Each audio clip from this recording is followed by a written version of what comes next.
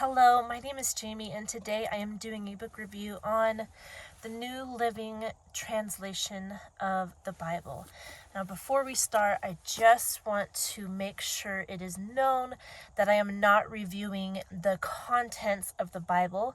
The actual contents of the inspired Word of God is perfect and flawless and full of wisdom. But we humans are full of fault. So how we go about translating the original texts can have fault in them, can be full of flaws. So as I'm doing this, I just wanted to make that clear that I am not critiquing the Word of God itself, but the translation. There's a difference there. I read different translations because I want to get to know the different ones. I do have my favorites. This is the first time that I've been through the NLT, the New Living Translation of the Bible, and I took notes because I knew I would be doing this video.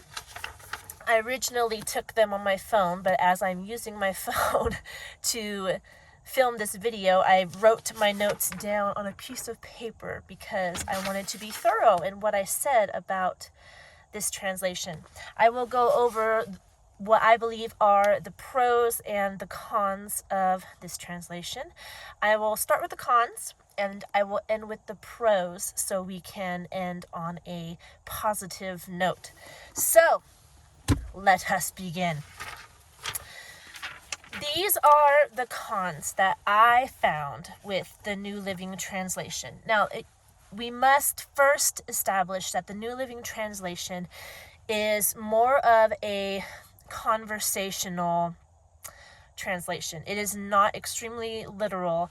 It was written to be more understandable for a younger audience. And I like that that was part of their goal, but I think when you translate the Bible with that goal in mind, it takes away a lot from the text, and I want to talk to you about some of those things.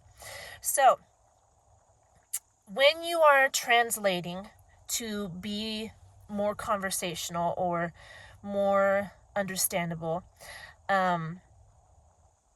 you almost by necessity have to add words or concepts that aren't actually in the text. And that sentence alone that I just said could be debated. So one example that I have here is in Mark 10:39. Jesus is talking to James and John. And he says, "The cup that I drink, you shall drink, and you shall be baptized with the baptism with which I am baptized." The New Living Translation inserts words bitter. The bitter cup that I drink, you will drink. And the baptism of suffering, they add the word suffering in there. Now, his cup was bitter, you could argue that, and he did suffer. But the fact that those words aren't part of the actual Greek is a bit suspect. In Acts 10:14, Peter said, "I have never eaten anything unclean." That's what he says in the text. And the New Living Translation says, "I have not eaten anything our Jewish laws declared unclean." And I didn't understand why they put that in there, our Jewish laws. Because he is talking to God, and the Jewish laws came from God. So why would he say our Jewish laws? It seemed like they were putting a human spin on him trying to follow the laws. Does that make sense? Especially since that phrase, our Jewish laws, aren't actually in the Bible. The New Living Translation just put them in, so I didn't understand what they were trying to accomplish with that. In Luke 4:23, Jesus says, "You will quote to me this proverb, 'Physician, heal thyself,' and do miracles in your hometown like the ones you did in Capernaum." And the New Living Translation adds this word. You will quote to me this proverb, physician, heal thyself, meaning do miracles in your hometown like those you did in Capernaum. That word meaning is not there. And physician, heal thyself does not mean do miracles in your hometown. Those were two separate phrases that Jesus was saying they were going to say to him, and they did. So I don't know why they put meaning in there. It actually obscures the actual meaning of the text. Luke 14:26, it says, if you want to be my disciple, you must hate your father and mother, and it gives this whole list. And New Living Translation adds, by comparison. If you want to be my disciple, you must, by comparison, hate your father and mother. And giving them the benefit of the doubt, I think they were trying to explain why such strong language is used there. But it also kind of seems like they're dumbing down the actual meaning of the text. So there's that. Now, the biggest con that I did not like about this translation is the gender neutral language throughout. They went to lengths to get rid of the masculine, how the Bible has a very heavy leaning on the masculine. Like instead of saying people, it says men, right? And instead of saying person, it says man. And the New Living Translation just did away with that in every way possible, even when it didn't make sense, okay? So I want to talk about some of that. And it's funny because wherever they change it from men to like people, there will be a footnote that says the original Greek says men. And I'm like, then why are... I know why. I know that a lot of more modern translations are trying to be, what is it? How would you say this? They're trying to be more culturally relevant, which right there is not, that's not smart. When you're dealing with the Word of God, you should translate what is written, not what sounds good to the culture, you know? So having that as a reason to gender neutral the Bible, I'm like, I don't know about that. 2 Chronicles 34:22. Huldah, she's a prophetess. And the New Living Translation translated prophet, like masculine. She's a prophet. But I looked it up, and the actual word in Hebrew is neviah, which is a female version of prophet, prophetess. So I don't know why they took a feminine word and made it masculine. And they did it again in Luke 2:36. Anna the prophetess, they made it masculine. Anna the prophet. That was just weird to me. I don't understand why they took all the men references and made them gender neutral, and then they took the actual female references and made them masculine. Isn't that weird? That's odd to me. Okay. I have a lot on gender neutral, okay? Nehemiah 3:1. Instead of saying his brothers, the priests, the New Living Translation translates it the other priests. Now this one gets me. I mean, a lot of these get me. But there were no female priests in old. If they were like cult prostitutes. They were from other religions. Within the Jewish nation, there were not female priests. So why would you translate his brothers, the priests, to make it more gender neutral, the other priests? There were no female priests. That one's weird to me. The book of Galatians specifically chapter 1, they went to great lengths to use gender neutral language. Here's a few examples. Galatians 1:1, they used group of people instead of men, and they used human authority instead of by man. 2 instances right there. In Galatians 4:12, they use brothers and sisters instead of brothers. And again, whenever they do this, there's a little footnote that says the original Greek says men. So there's evidence right there that they're just changing it for their own purposes. Outside of Galatians, in Ruth chapter 3 verse 9, they use the phrase family redeemer instead of kinsman redeemer. I suppose because kinsman has men in it. In the book of Proverbs, there is this beautiful chapter where God talks about how he created wisdom. And all throughout the book of Proverbs, wisdom is given this female feminine persona. Whenever wisdom is talked about, not every time, but whenever wisdom is given like a persona, it's a female persona. And it talks about her, or it talks about wisdom as she. Well, in the New Living Translation, Proverbs refers to wisdom as it. And that was odd to me. I'm like, why would you do that? I haven't seen a translation that did that. Wisdom being personified as a woman, as being she, is a beautiful part of Proverbs. Why would you take that away? Why would you make it it? I don't know. Proverbs 30:15.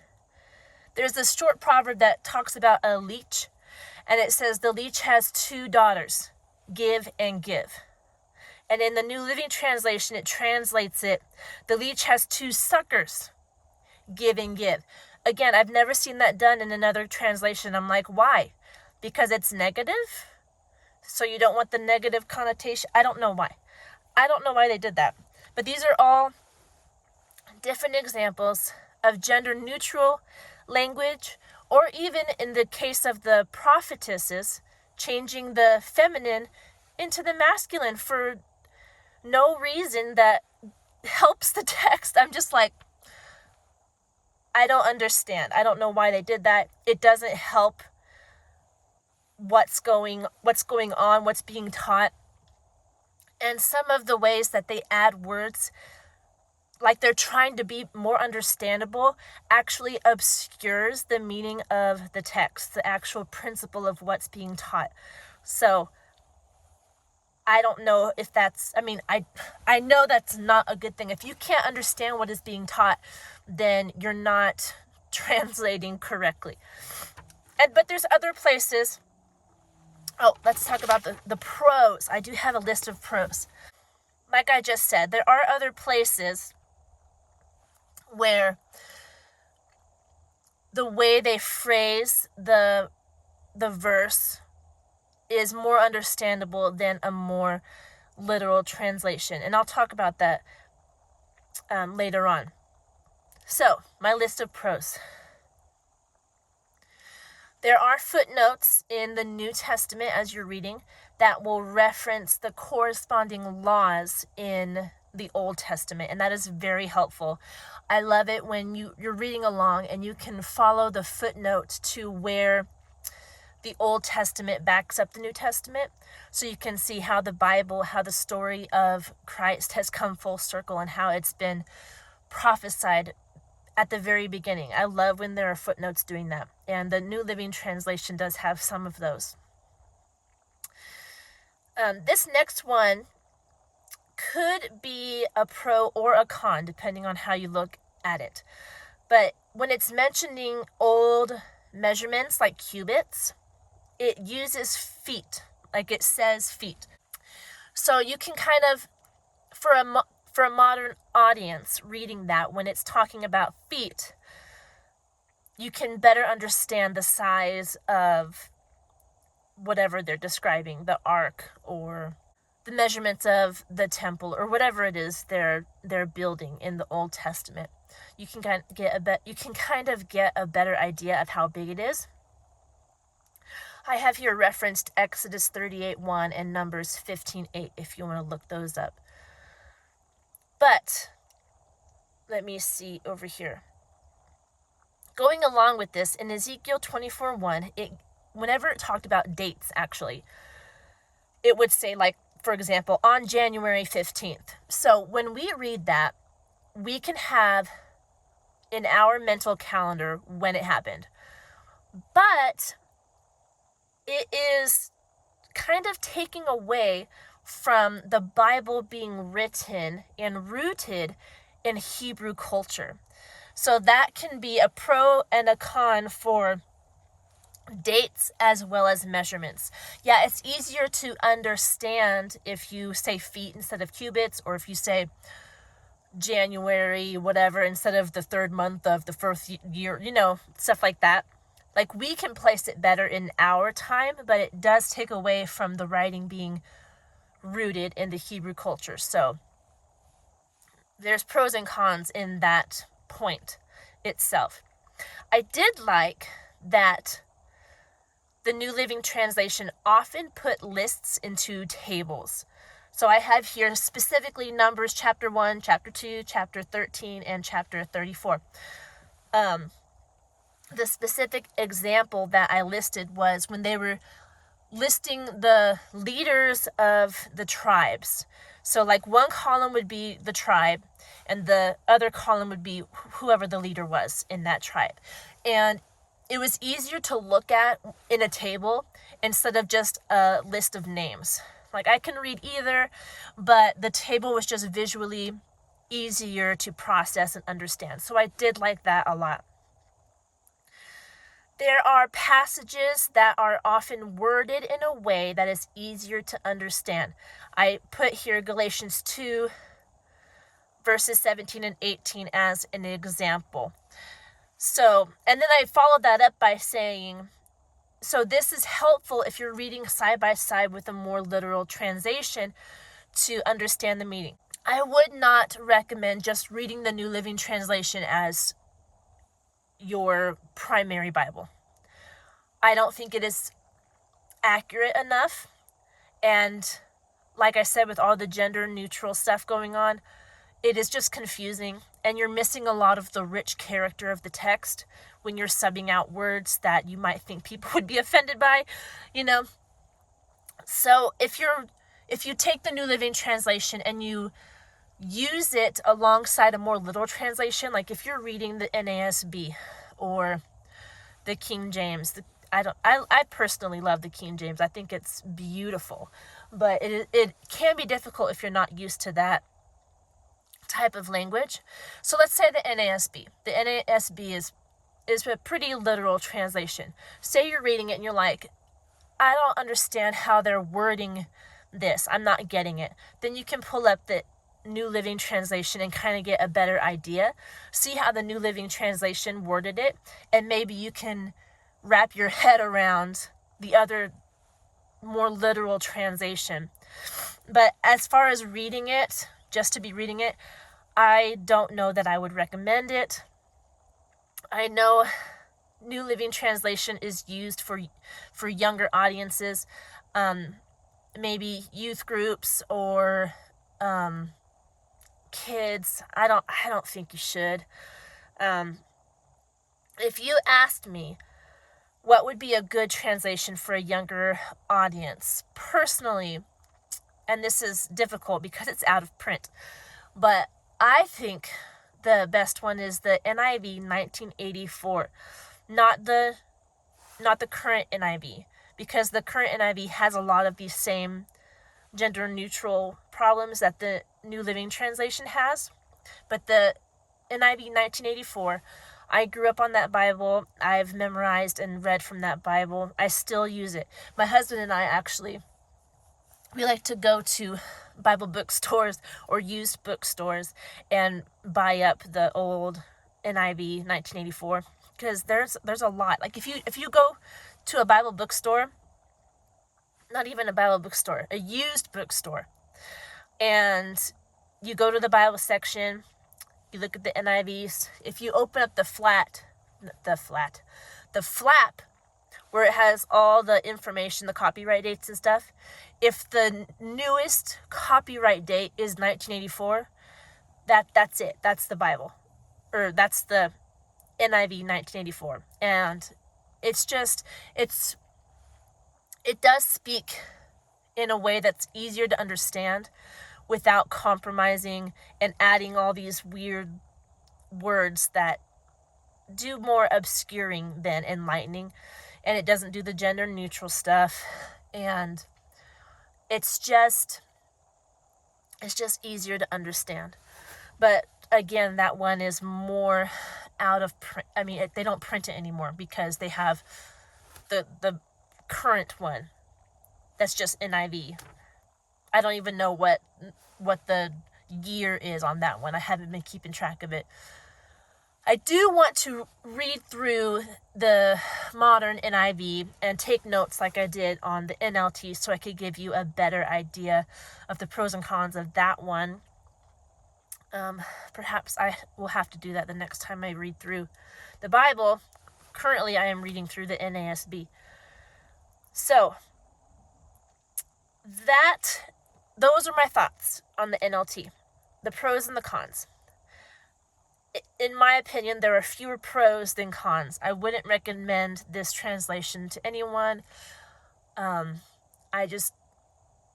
don't think it's a sin against God to read the NLT. I mean, you can choose whatever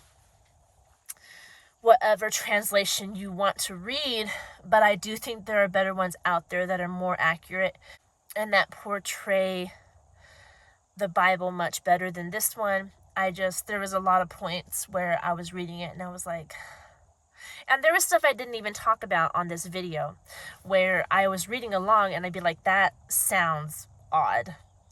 And I made a note of it, but I didn't mention it in this video because I don't know why it sounds odd to me. So maybe there's something there, maybe there's not. But my final opinion on the NLT is I don't like it. It's not my favorite. It's not one that I would read to my kids. It's not one that I would recommend to anybody. Again, NIV 1984 is a good one. NASB, the King James, those are probably my top 3 that are solid and I would recommend to anybody. I do think that ESV is better than the NLT, but it's also not my favorite. I did a review on ESV, so if you want to go look that up and see what I said about that Bible, it's been a while, so I'm not sure exactly my exact thoughts on that. I will have to go look at that myself because it's been a while. But there you go. If you are reading the NLT, I'm sorry that this is such a negative video. I don't look down on you. You read the NLT, it's just personally not one that I would read and not one that I would recommend to others. The main thing, the most important thing is that you are reading a Bible, and I highly recommend that you find yourself one, whatever translation you choose. That is all I have today, and I hope you are doing well. Hopefully you're warmer than I am right now. What is it? My watch is 34. It is 34 degrees right now. So, there's that. Not too terribly freezing, but a bit uncomfortable when I'm just sitting out here. That's all right. I'm just being silly. I hope you guys are doing great, and I look forward to talking to you on our next video. Have a wonderful day, and if I didn't answer some of your questions, or if you have more questions about this translation, please leave them in the comment section. I will do my best to answer them. You have a wonderful day, and I'll talk to you in our next video. Goodbye. I don't know if you can see I'm shaking. I don't have the heater on in here, and it's cold, but the heater makes a lot of noise, which messes up the video. So please forgive my shaking a little bit.